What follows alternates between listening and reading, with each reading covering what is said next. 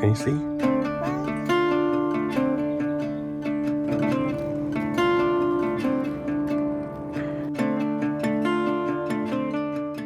Welcome to the New Forest. My name's Dan. I live and stream out of this VW crafter with my family.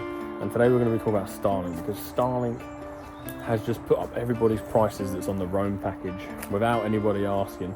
It does include some features that for me personally are quite good, but if you guys are using Starlink, it might be a complete waste of your money. I think it's gone from about £80 a month to like 93 or 94 or something.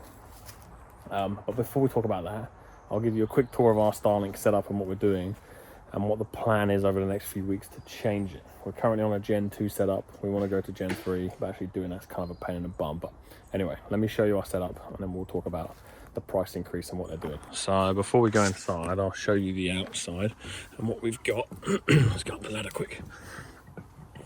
So this is kind of the setup. Essentially storage, and Starlink is on the side over here. Now what we have is this. It is the Gen 2 setup, but we found this with like a marine Starlink bracket, and the idea is once you stow it, you crank this up, you just lift it up, and then the Starlink stows flat on there. So when you're traveling, it's completely laid flat. I actually have driven with this up. Of course, I forgot to put it down. And it's very stable, but you don't really want to be doing that on long distances. And then the cable runs, it's cable tied along here. Hello, Zyra. Into a junction box, which then feeds into the bottom of the van. There's another junction box under there as well. Ooh. You can see it. Yeah, there's two junction boxes there. That basically feeds all the stuff from the roof down into the van. That's the outside setup. Let me go and show you the inside. All right. So at the moment, everything is shoved in this lovely little cupboard up there. So we have obviously the Starlink Gen 2 router. Quite excited with the Gen 3 because it's going to fit sideways, and that's going to fit much better. This is obviously the junction box inside, a lot of power coming out of there, cables coming through the back door there. Most of these are CCTV cameras cables or router cables.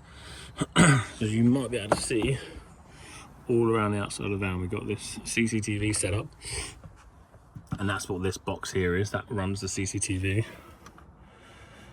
I don't think I've showed this yet. So if you're planning on stealing the van, I will seek you. Yeah, that's the setup there. So we've got 4 cameras all the way around. I can just about see you, Zai. Wave. Zai, wave. In the air. Higher. Put your hand in the air. Higher. No, backwards. Oh, she's there. Go sit down. Put your hand in the air. There we go. We're working on our instruction giving and receiving.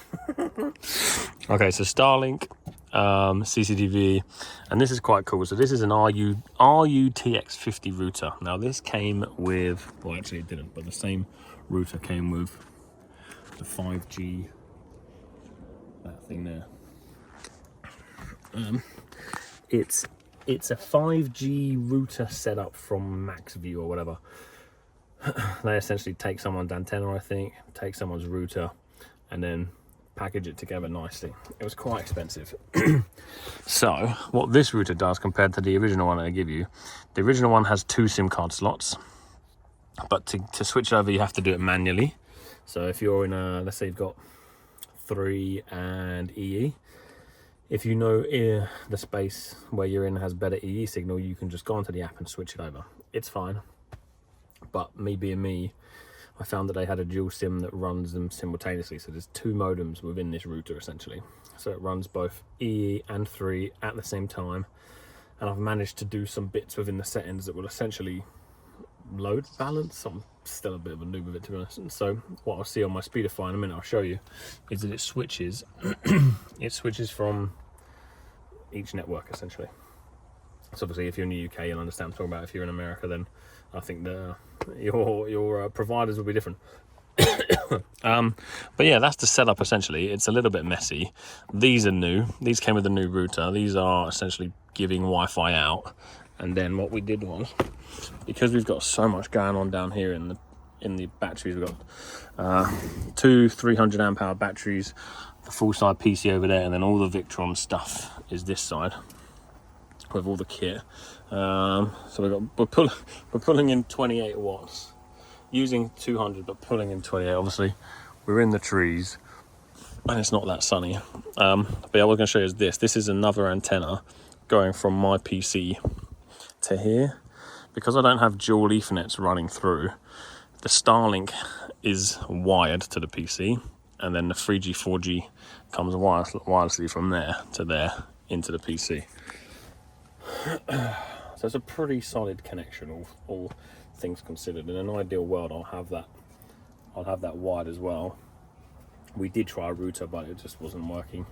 It's quite expensive. It was like 400 quid and then £80 a month for this service, but it just didn't work. So anyway, that's the kind of setup. Let me show you the speed before we go back on the roof, and I'll show you what the plan is. So let's check we're still getting audio. Yeah, we recorded this the other day and the audio cut out now, so take two. Let's do let's refresh that. Now, considering we are under the trees, like there is that tiny gap, what's happening is, as the satellites seem to be passing, we're kind of picking up a bit of signal through the gap of the trees, but that's it. Also the 4G connection here is non-existent. So what we'll do there's two things we can do. One, I've checked out this piece of software called Speedify. What Speedify does is it connects my Starlink with my 4G. So if we turn this on, it should now use both connections and turn them into what should pop up around here is one stable connection.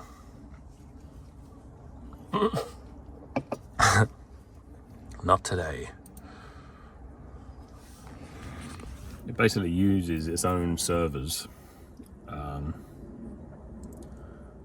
to run your signal through their server and bond these together. I don't particularly know I don't know the software, I don't know the technology behind it, but there's not many companies I think that do like software bonding of connections, and most of them are hardware, so like in a router. But where we are, it's been very temperamental. If I try to game or try to be on Discord with the boys, it just doesn't work. Depends on the signal. So as you'll be able to see here, it's picked up Starlink and our 4G, but let's see what kind of see what it does. So what you'll see is 4 tabs: usage, latency, loss, and bypass. You'll start to see it pulling in a little bit of data, right? It's always using something.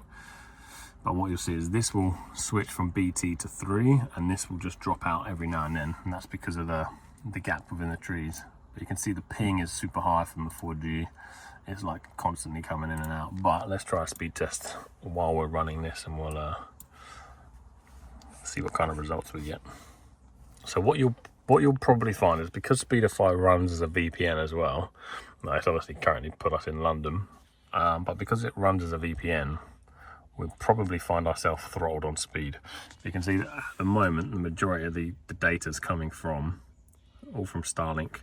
4G is not giving much at all. You can see that now it's switched from BT to 3. That's that modem working dual SIMs. Here we go, so 25 meg down, 10 meg upload. Let's now, for a test, turn off Speedify. So again, remember Speedify, the job of Speedify is to merge those connections together. So when you're streaming on Twitch or YouTube or whatever, it creates a very solid connection for the PC. So if Starlink drops out for whatever reason, the 4G takes its place until Starlink's back, or whatever the fastest connection is. So let's refresh the page and try another speed test without the VPN or the bonding software running. Okay, so you can see without the Speedify, without the bonding running, we're getting a very solid connection. Now remember, we are literally sat in a forest, so it's extremely impressive. So if you're not live streaming or wanting to make loads of video calls or anything and just want to surf the internet, these speeds are absolutely crazy, even in the forest. Like it is impressive. There we go. So 160 down, 15 meg upload. Again, like we've seen faster speeds obviously when we're out of the forest, but that's more than enough for most people. We are doing a lot of uploading and downloading with the YouTube videos and streaming and websites and all that sort of stuff, but that's really cool, and being able to be here in this place is wicked. Okay, so let's talk about like the service plan update that they've just rolled out. So I actually saw online that not everybody got hit with the price update, and it was just a selection of us. I don't know if that was residential versus roam or whatever, but as far as I'm aware, it's all roam. So I'm fitting out of breath. So what they've done is they've updated the price from whatever you're on up to £96. But what that does include is international travel, in motion use, which is cool, and then coastal use, coastal, international, and in motion use. Yeah. So as far as I was aware, it worked all around the coastline anyway. But I don't know if that means on boats now. And then also the in motion use. As far as I'm aware, it worked, but only at a super low speed. So I need to kind of do a bit of research on that. And then the international travel, that's a good one, because if you wanted to go internationally, it was like £300-400 a month. But this is great, so I don't have to change my plan, don't have to change my setup. This just works if we take the van abroad. Now the plan is, because obviously I can't use this while driving unless I manipulated the dish, we thought, I emailed them and said like, our signal's not very good, I can't stream on Twitch just with Starlink, I need this bonding, I need 4G. And they basically said, you should be able to, but long story short, they do throttle roam users if you're in range of a residential user. So I'm hoping that when we get to Scotland or Wales and we're in the middle of nowhere, we don't get throttled when I'm streaming. So the plan is, take out what we have here, take out the bracket, which is sad because that was about 500 quid in the end. Ridiculous, I know. And then in this particular spot here, we are going to replace the Gen 3, with the Gen 2 with the Gen 3. So maybe keep this if it fits, but if not, we'll be replacing this, replacing the bracket, and using the kickstand that they've got, and placing the Gen 3 in here, probably like this way. So any air when we're driving goes over. That then with the Gen 3 router inside will fit nicely. I can close the cupboard properly, and that will all be good. And then the plan is, hopefully I can use it while driving them. I can just leave it on the whole time, and maybe do some driving streams and travel streams when we're in the mountain and everything.